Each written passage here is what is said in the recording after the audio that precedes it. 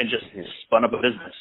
Like these micro student loans or whatever term they get, that people start calling them, like it's pretty ripe for pretty cutthroat competition, considering it's lower than the average super prime credit card line, and it's basically a personal loan that's somewhat Capital One could likely come into this space and just steamroll anybody they wanted to, and that's even before you get to like maintaining 20% year-over-year growth. Yeah, definitely makes sense. Well, Warren, thank you again for your time and sort of helping us better understand and wrap our heads around this. Anything else you recommend?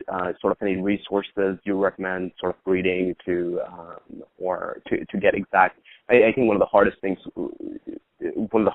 that I've been having trouble with is really trying to find credible sources that accurately project the market size, giving me the breakdown of, how many people are actually seeking external loans, and then giving me like a better understanding of, of the people that are seeking external loans, what are the key players and what is their market share, right? And without this information and this level of detail, it's hard to build something off like a revenue projection, origination projection, or whatever, right?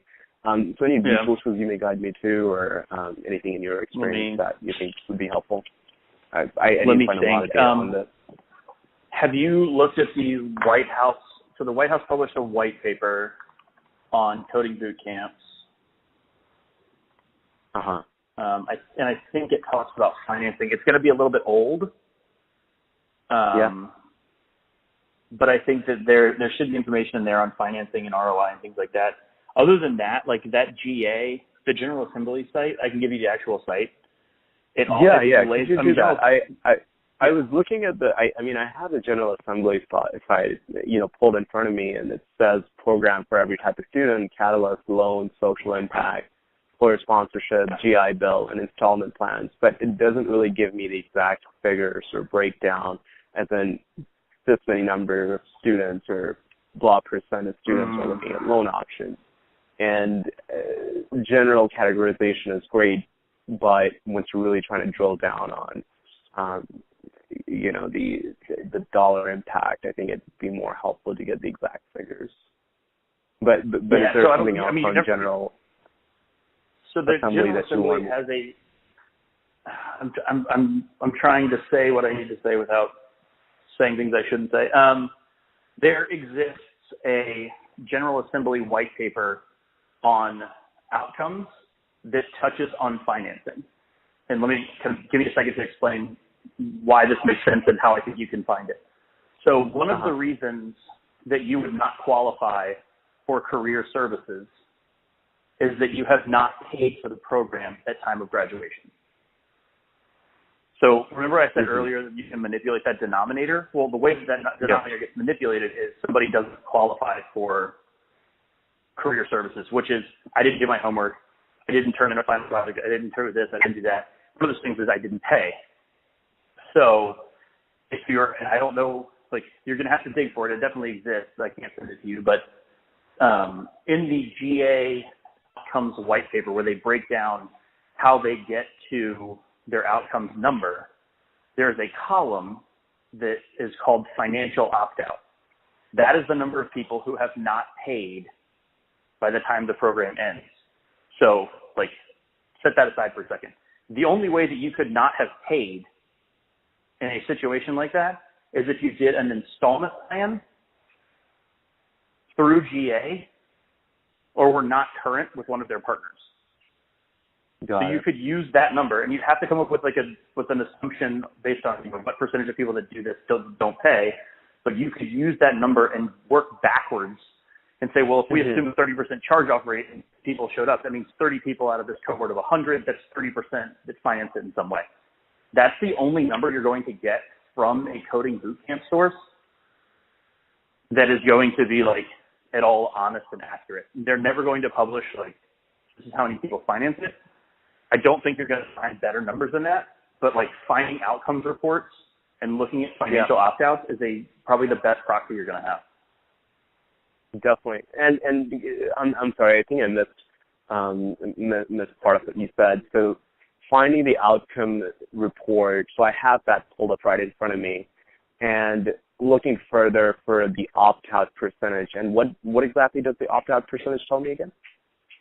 So wait, you went on their website and looked at an outcomes report, or you have like an outcomes white paper that explains? I have, so basically I typed in General Assembly white paper, and out paper outcomes is what I typed in Google, and the report that I went to GA blog, and if you scroll down, it says CR Student Outcomes Report. So I clicked on that, and the report I have in front of me is from, October 18, 2016, release date. So obviously it's like 2 years older, but that is the report I'm looking at. If there's, I don't know if you have it pulled in front of you as well, but if you just go on Google, type in General Assembly white paper outcomes, click on the first thing that shows up.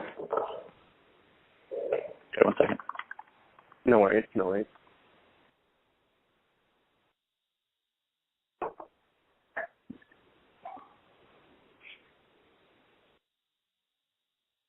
Okay, outcomes framework. Yeah, right. Yep.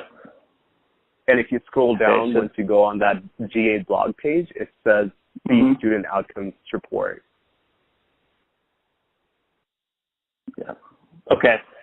So, first of all, I'm going to tell you based on my personal experience, I would be absolutely floored if these numbers were completely correct. But what I would look at here are the non-graduates. This is weird. Unresponsive to coach outreach and amplifying career services.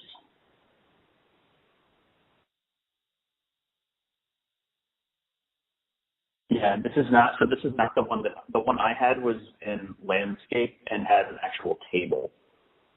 Got it. Yeah, so I didn't see the figures in this one.